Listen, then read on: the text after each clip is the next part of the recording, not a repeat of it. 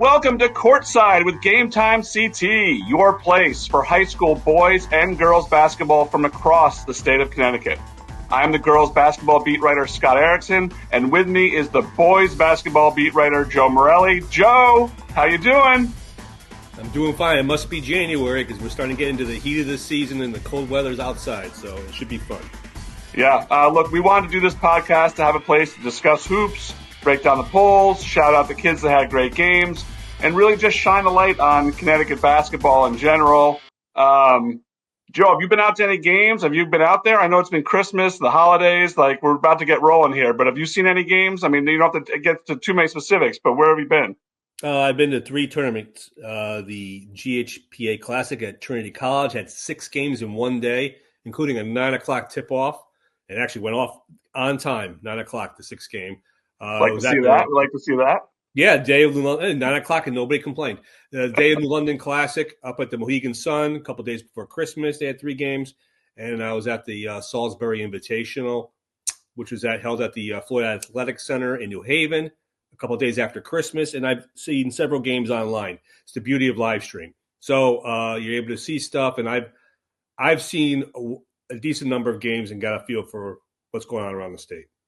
Yeah, the live streams are awesome, man, when you can pick those up. How are the crowds up at Mohegan? What are those like for that tournament? They had almost 2,500 for the 3 games average. I mean, St. Bernard and London had the biggest crowd. That was the last game, and obviously the shortest amount of distance. And Notre Dame-West Haven played Hill House in the first game, and they had another game in the middle. So those crowds aren't bad. It's a tough. They always play on a Monday. Yeah. Since when Donovan Clingan played for Bristol Central, and it's tough to draw crowds, but you got to go when Mohegan's available. So they did, but the crowd's been okay for the most part. I think they'll start to pick up more now that we're in league play. Yeah, everyone starts to focus a little more on basketball once January rolls around. Look, every week we're going to look at the top 10 polls, boys and girls. Of course, you can always find these polls on GametimeCT.com. The boys poll comes out every Monday. The girls poll comes out every Tuesday. Joe, let's take a look at the boys poll. It's the first poll of the new year. Let's take a look at those top 10 teams and see who's there. What do you got, Joe? At number 10 for the second poll of this season is Colby Cathedral. They had 1 loss against Wilbur Cross, but they bounced back since then. They dropped 3 spots to number 10 from the preseason poll. Number 9, undefeated Staples. At 5-0. Are they the FCX best team? It remains to be seen, but so far they've looked good. And they're the only team to have moved up, actually to elect to play in Division I. Any team in any division can play in Division I. They're the only team that moved up, so we'll see how that plays out. Number 8, the only other unbeaten team in the top 10, West Haven High School, 6-0 start. They were the Division II finalists last year, so it remains to be seen how good they will be. But so far, so good. They're one of the teams to beat in the SEC. Number 7, Windsor, the defending Division II champion, now playing in Division I. They won 5 straight games since the season opening loss to East Catholic, one of their biggest rivals and one of the best rivalries in the state of Connecticut each year. Like I said, Windsor's in Division I now. So, and they're a CCC contender and state title contender every single year. At number 6, Northwest Catholic, stayed in that spot from the preseason poll. They have 1 loss to Manchester, but they also beat St. Bernard. So they are number 6, and again, one of 4 CCC teams in this top 10 this week. At number 5 is East Catholic. They won 3 Division I state championships in a row before losing in last year's Division I quarterfinals. They're going to be fine. A CCC contender and, of course, a Division I state title contender. Number 4, the only new entry this week is Manchester. They won their first 7 games. They beat Northwest Catholic by 36. They beat St. Joe's by almost 40 points. They beat Middletown, won that tournament. They were the 1 seed in Division II last year. I believe they lost in the quarterfinals to Stanford. Manchester might be the team to beat in Division II. So they're obviously very good, and they will play both Windsor and East Catholic this year, so we're going to find out what they're made of. At number 3 is St. Bernard of Uncasville. They dropped a spot from number 2, Division I finalists from last year, lost to Northwest Catholic, but they are by far the team to beat in the ECC Division I, and to be quite honest, it wouldn't be shocking at all to see them go back to the finals at Mohegan, which is basically 1 mile from their campus. Number 2, Notre Dame Prep out of Fairfield. They moved up 1 spot. They lost their first 2 games in their tournament, the Cruel Classic down in Florida. They won their next game, and then they've drilled their Connecticut competition since then, all by double digits. At number 1, once again, unanimously, Notre Dame West Haven. They had a 32-game winning streak snapped at the Kingdom of the Sun tournament in Florida, but they won their next 2 games, finished 5th in that tournament, high-level event, and obviously led by Toure, our GametimeCT Player of the Year last year. So right now they're the clear number 1 as we stand here today. Yeah, I mean, the CCC is great. We'll talk about them in a little bit. Did you see Manchester coming? I mean, I know they had a great season in D2 last year. I mean, did you see them, especially beating Northwest Catholic? I mean, that certainly woke people up, didn't it? Yeah, it's hard to say you don't see them coming when they were number 1 seed last year, but I didn't think they played a stronger schedule last year. This year they are playing a better schedule. And again, when you beat Northwest Catholic, and you beat them by as badly as they did, that kind of everybody's radar picks up. And then they go out and win the Middletown Christmas tournament. They beat St. Joe's. I mean, they handily beat them. They scored 109 points against them, and then they scored 100 against Middletown. So you scored 209 points in consecutive games. But, I mean, was I a little bit surprised? Yes. They were getting votes in the preseason poll, but they made a big jump. But now, look, if you scored 100 points, you scored 100 points twice already. I mean, that's the team you got to go watch. You got to go watch this team, Joe. Yeah, I know. Putting up 100, man. I actually saw them lose to Stanford in last year's quarterfinals. But this is a fine team. Again, they're very good, and right now, to me, the favorite in Division II. So we'll see. Yeah. Look, the girls' poll didn't change a lot. I like the boys' poll kind of. You know, the same teams are sort of there. They shuffled around a little bit. Mm-hmm. The biggest thing in the girls' poll was the 2-time defending state champion, number 1 Hamden, drops out. They are 1 point out of the top 10. They're the number 11 team. Let's take a look at the top 10 here.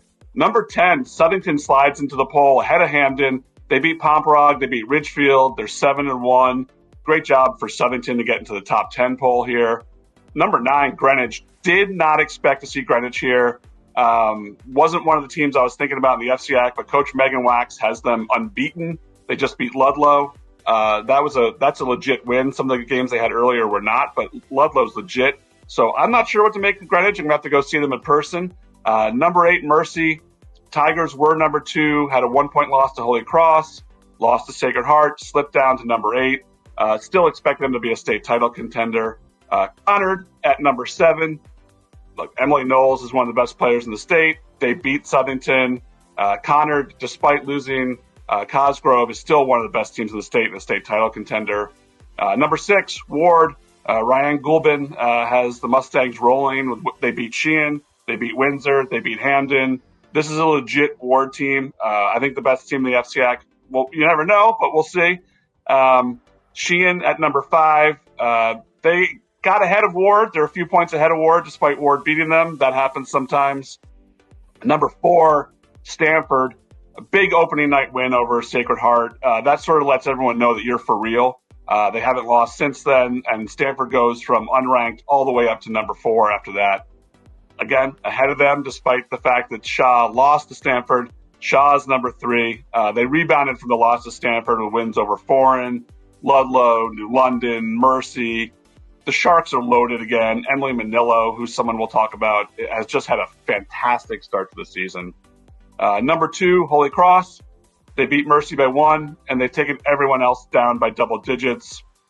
I'm not sure who's going to beat them out in the NVL. Shania Howard, Isabel Lombardo leading the way for the Crusaders. And number 1 remains Northwest Catholic, the 2-time defending state champions with Maeve Staunton, Abby Casper among a talented roster. Let's go ahead and circle it right now. January 20th, Monday, Holy Cross hosts Northwest Catholic. We'll see if they're both still number 1 and number 2, but that's our top 10 for the girls. Again, not a lot change. And some of the same schools we see with the boys, Joe. Some of these schools are just basketball factories, it looks like. Well, Sacred Heart Academy, I saw at the Salisbury Invitational. They handily beat New London. As you said, they lost to Stanford. I didn't hear Ludlow. I think Ludlow would have been up there. That they beat Ward. They're the only team that beat Ward. And but they lost to Greenwich on Friday night. So I think that sort of kept them out of the top 10. They probably would have been up there. And I said Greenwich is surprising. I did not expect that game to go that way. But you never know with the FCAC teams and some of these really good teams. They're all going to knock each other off, right? The SEC teams, the CCC teams will all knock each other off. I'm still trying to decide what the best conference is in girls. I think it's between the CCC and the SEC, but the FCAC will always have something to say about that. And it's, with the boys, I mean, I think, look, Joe, is any conference even close to closing the gap on the CCC?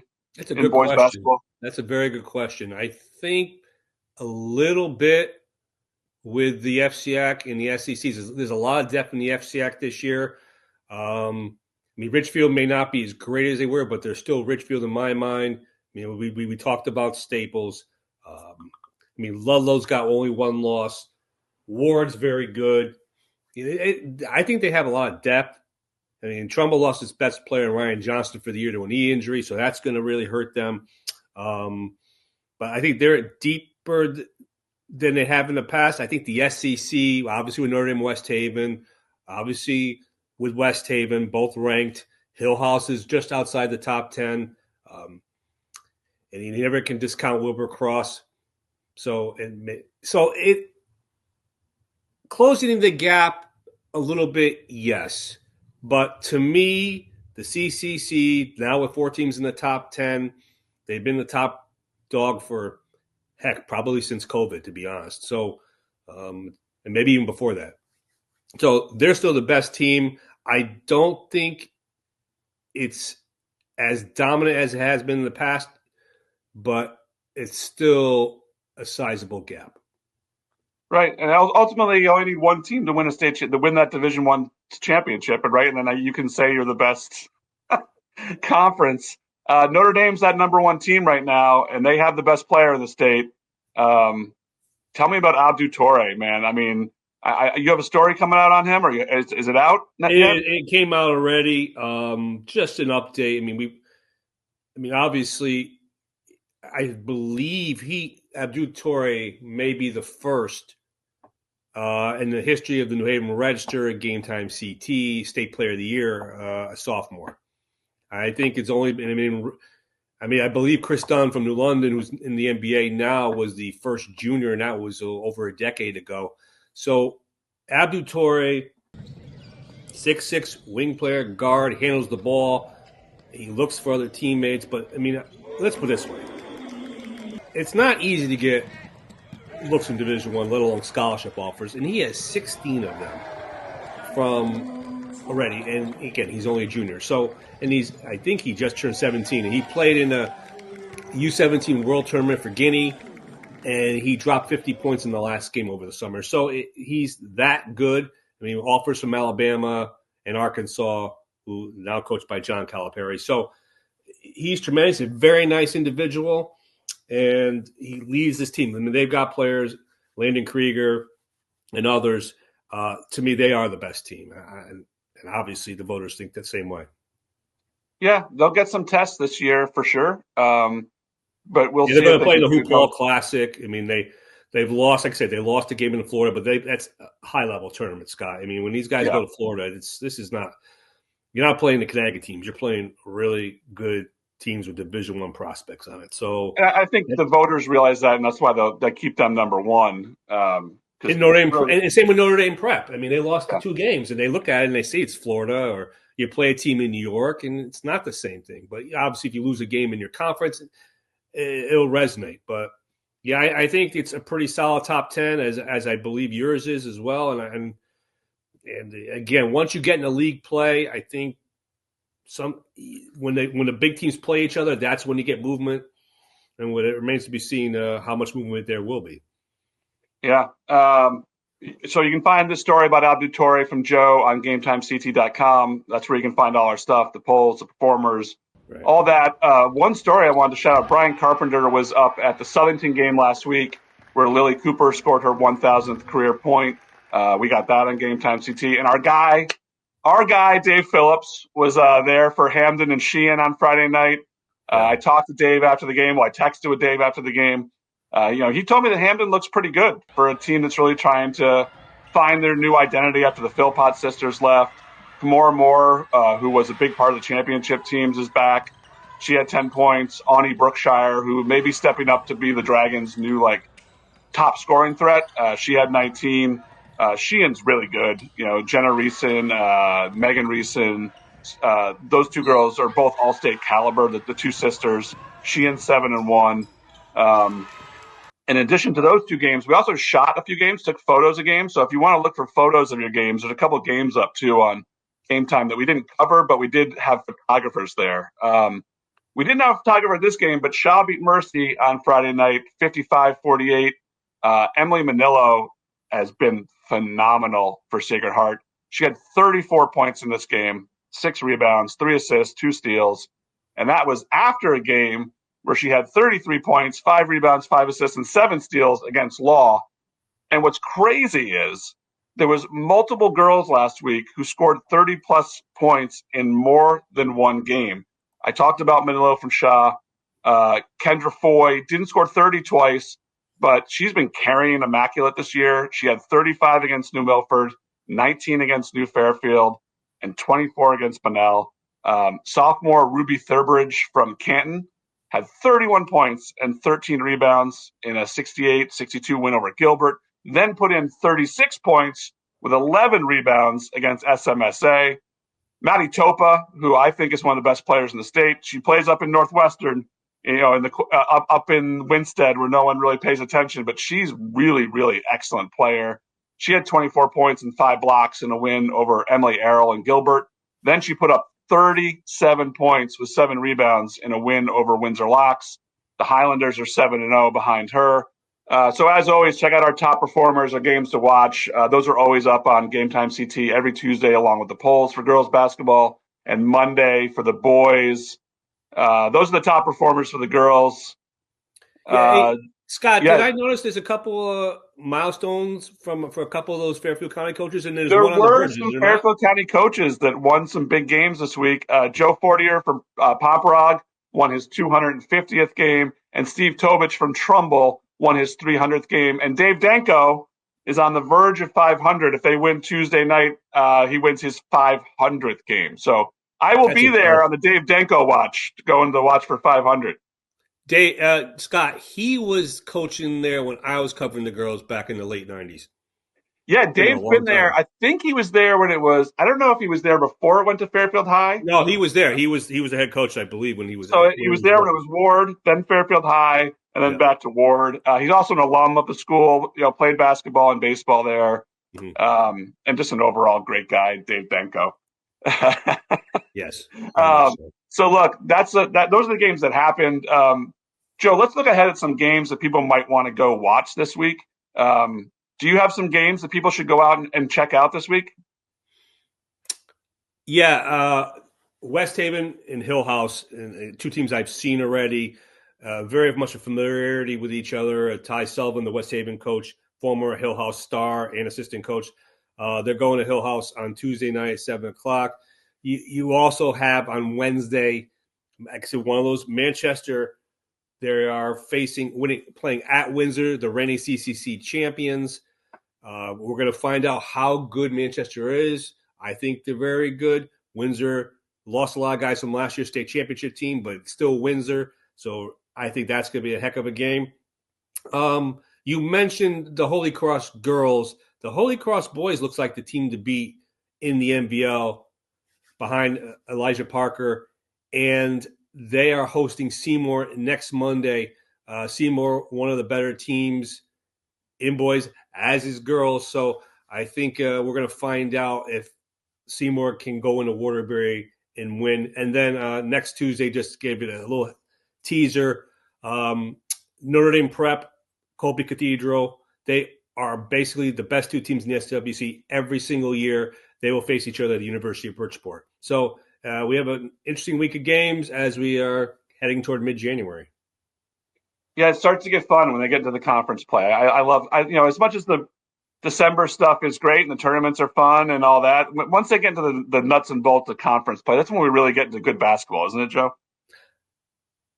Yes, but I'm a big fan of the non-conference game because it gives you an idea, an indicator of come March, in my mind. But yeah, I think there's also so many games in such a short amount of time that it's tough. But once you get into a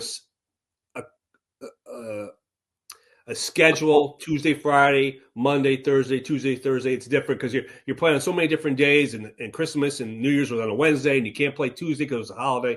So yeah, then you know who the best teams are in your league, and then come February, you get an idea of what March is going to be like. So it goes either way. I love non-conference. They've played 8 games, and some teams have played 3 games. Yeah, well, that's part of the issue. Yeah, that is part of it. I mean, when you go to Florida and you play 4 games or 3 games, it's nice to be able to have that benefit. But yeah, I think now once you get into January, you get less non-conference games, and when you do have them, you kind of makes you perk up because you want to see those every so often. Again, I like to see how a team from the SEC will do against a team from the CCC. That's kind of what I use as a barometer for March. That's one of one of the great benefits of having that Division I field set, right? Yes. I think we've seen it with the boys now more, where they're more willing to go out of conference and play these really tough games early in the season. Because while you want a high seed, it's not like you're going to miss the state tournament, right? Like you're in. You could be 0-20 and get in, like we saw West. Right. So and that stinks. But there's nothing to dissuade teams like Windsor, Northwest Catholic from going and playing the best teams they can possibly play in December. The girls have always kind of done that. I've loved to see it. I love to see it. The boys are doing it more and more and more every year. It just makes things so much more interesting early in the season. Well, you know as well as I do, because you vote in the boys poll. You win that Division I tournament, boys. You win 4 games, you have earned it. Because you're playing against the best. Yep. I mean, you got teams that either were, however you want to put it, they're the best teams. Now, Division II is very good. And obviously a lot deeper because you have more teams. But to me, Division I is where it's at. We're getting close to that with the girls. More and more teams are going up to Double L because of the success of tournament factor. Yeah. And we got Double L is really good this year. And a lot more teams are up there. And then L is very strong. I don't think they should go to a D1 thing like the boys do because I think it's working with the success of tournament thing. Let me look at a few games that are coming up for the girls. Yeah. On Thursday night at 6 p.m., we got number 8 Mercy at number 5 Sheehan. Mercy, very talented with Maddie Beninghi. The SEC seems like they have 1 or 2 of these games every single week. Also Thursday night, 6:30 p.m., Pomperog at Newtown. Really solid SWC matchup with probably the league's 2 most consistent programs. Reagan Ward's been playing great for the Panthers. And Newtown, in the usual fashion of a Jeremy O'Connell coach team, has only allowed 1 team to reach 40 points. Newtown and Trumbull are always 2 of the best defensive teams in the state. Thursday night, we get the game that I think has become the best rivalry in the state. Hamden at Sacred Heart, at number 3 Sacred Heart. These teams played in the SEC championship and the Class L Double L championship last year. They're 2 miles apart. They pack the gym for this thing. I think it's the best girls basketball rivalry, and I don't think it's close right now. Wow. Friday night, we got Ellington at Coventry. Mark Tancredi took over Ellington after a great run at Newington. and his schedule is actually littered with CCC opponents in his non-conference play away from the NCCC, or the NCCC, as people like to say. Coventry is unbeaten and atop the NCCC. This should be an excellent game. And the last game I think people should go see is out east. Wyndham at Bacon Academy. Wyndham is unbeaten. Bacon has one loss to NFA. This is a really awesome ECC matchup with Caitlin Novak leading Bacon and Anaya Jenkins and Jaylese Rivera pacing the Whippets. So those are the games I think people should go watch this week. There's a lot of good basketball out there, Joe. There's a lot of good stuff to go see, don't you think?